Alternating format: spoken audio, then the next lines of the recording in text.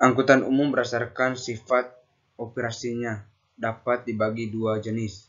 Yang pertama, demand fix, angkutan umum yang harus beroperasi pada waktu yang telah ditentukan atau ada tindaknya penumpang, contoh Transjakarta. Yang kedua, demand responsif atau angkutan umum yang beroperasi sesuai dengan demand yang ada di perkotaan, contoh angkot atau bis kota. Selanjutnya, para transit dengan angkutan umum yang tidak punya jadwal atau rute yang pasti, misalnya taksi, ojek online. Berikut rekayasa transportasi massal dengan bertujuan untuk memberikan gambaran tentang angkutan massal dan kebutuhannya serta operasional untuk dapat dikelola dan direncanakan sarana dan prasarana yang ditunjukkan dengan baik. Selanjutnya, umumnya merupakan angkutan umum di perkotaan. Selanjutnya, hubungan sistem kota dengan angkutan umum. Yang pertama, kota berkembang apabila suatu wilayah berkembang pesat penduduknya maupun industrinya dan lain-lain. Yang kedua, angkutan umum merupakan suatu kebutuhan untuk dapat menghidupkan kota tersebut.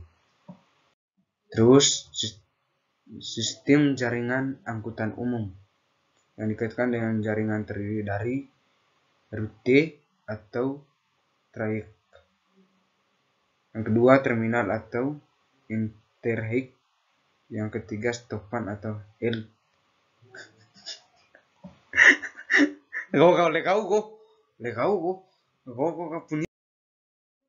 Selanjutnya, pembatasan lalu lintas yang mengurangi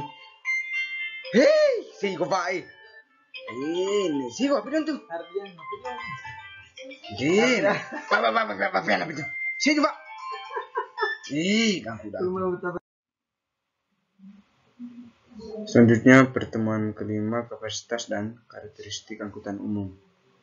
Yang berkaitan dengan aspek utama angkutan umum, kuantitas, kualitas, harga, biaya, atau prinsip angkutan umum. Selanjutnya, keamanan dan keselamatan. Substansi inti dari keamanan dan keselamatan adalah menjamin keamanan dan keselamatan pengguna saat menikmati layanan atau dapat diukur dari kinerja 5 indikator. Yang pertama, keamanan di dalam halte. Yang kedua, keamanan di dalam bus. Yang ketiga, keselamatan dari dalam halte. Yang keempat, keselamatan di dalam bus. Yang kelima, keselamatan di terminal. Terus, evaluasi strategis dan konsep hierarki pelayanan angkutan umum. Contohnya parameter dan pelayanan angkutan umum. Yang pertama, angkutan penumpang dengan kendaraan umum.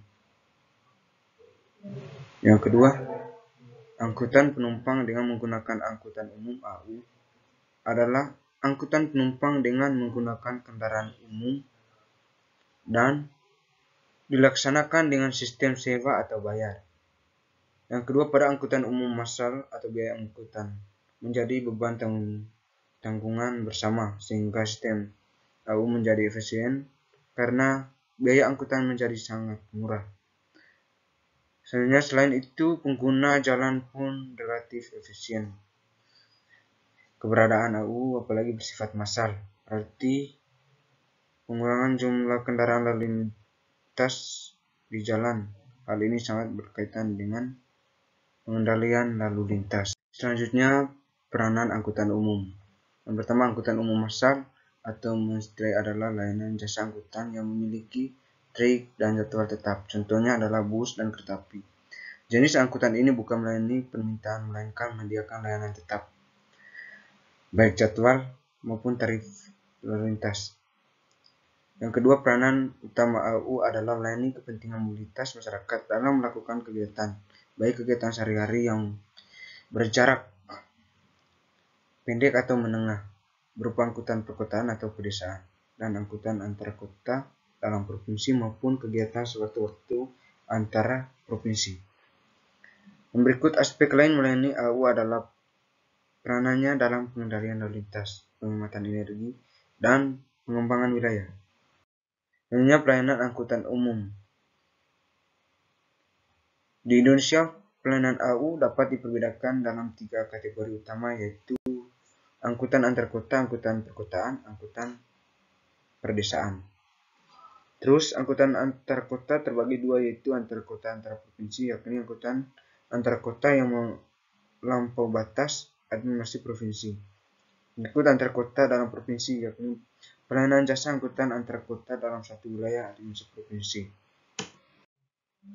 Berikut angkutan antar kota adalah angkutan yang menghubungkan suatu kota dengan kota lainnya, baik yang berada dalam suatu wilayah administrasi provinsi atau antar kota dalam provinsi, maupun yang berada di provinsi lainnya. Antar kota antar provinsi yang berarti angkutan antara daerah, sistem AKAP dan AKDP dapat mengandung arti yang pertama, angkutan antar kota dalam suatu wilayah administrasi provinsi, dan angkutan daerah kota raya atau metropolitan.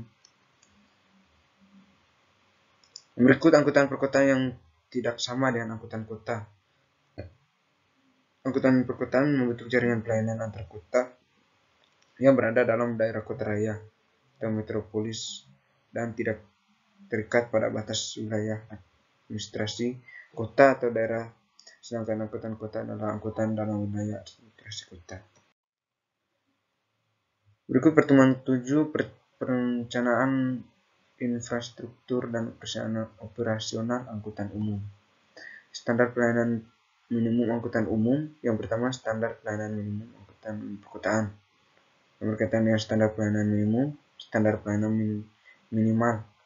Yang selanjutnya disingkat SPM adalah ketentuan tentang jenis dan mutu pelayanan dasar yang merupakan urusan wajib daerah yang berhak diperoleh setiap warga secara minimal sampai disusun sebagai alat pemerintah dan pemerintahan daerah untuk menjamin akses dan mutu pelayanan dasar pada masyarakat secara merata dalam rangka penyelenggaraan urusan wajib. Yang berikut sistem transit. Sistem transit adalah proses transit menuju terselenggaranya angkutan massal di perkotaan. Angkutan massal merupakan angkutan umum yang diharapkan menjadi tulang punggung transportasi perkotaan untuk memecahkan masalah kemacetan atau keselamatan dan polusi karena angkutan massal didukung dengan 4 komponen, yaitu yang pertama, mobil bus berkapasitas angkutan massal. Yang kedua, lajur khusus. Yang ketiga, tidak ada pelayanan yang berimpit dengannya. Yang keempat, dilengkapi dengan angkutan penumpang. Selanjutnya, pertemuan ke-8 TS dan 9 permasalahan transportasi perkotaan. Permasalahan transportasi darat di Indonesia. Permasalahannya khusus transportasi darat di Indonesia cukuplah kompleks karena transportasi merupakan suatu sistem yang saling berkaitan. Maka suatu masalah yang ditimbul satu unit ataupun satu jaringan akan mempengaruhi sistem tersebut. Namun permasalahan transportasi yang terjadi di Indonesia terjadi hampir di setiap jaringan atau unit hingga unit terkecil dari sistem terbesar pun memiliki masalah. Selanjutnya, ledakan penduduk. Ledakan penduduk selalu menjadi isu yang dikaitkan dengan berbagai permasalahan yang ada pada suatu wilayah. Hal ini dikarenakan ledakan penduduk akan meningkatkan tingkat kebutuhan masyarakat, termasuk kebutuhan transportasi. Pendudukan akan melakukan mobilitas setiap waktunya. Mobilitas yang dimaksud tidak hanya sekedar berpindah dari satu tempat ke tempat lain, namun mobilitas di sini lebih ditekankan pada mobilitas yang dimasukkan pada pergerakan kesejahteraan hidup. Yang kedua, masalah lingkup. Salah satu hasil dari sistem transportasi yang tidak diinginkan adalah polusi yang ditimbulkan. Polusi di sini lebih dominan oleh polusi udara. Menurut data jasa terhadap tahun 2007, transportasi merupakan penyumbang emisi sebanyak 23,6 derajat. Penyumbang emisi yang lain adalah dari sektor industri, pembangkit tenaga, sektor rumah tangga, dan dari sektor komersial. Yang kedua, konsumsi energi. Permasalahan energi Indonesia sama seperti yang dihadapi di dunia.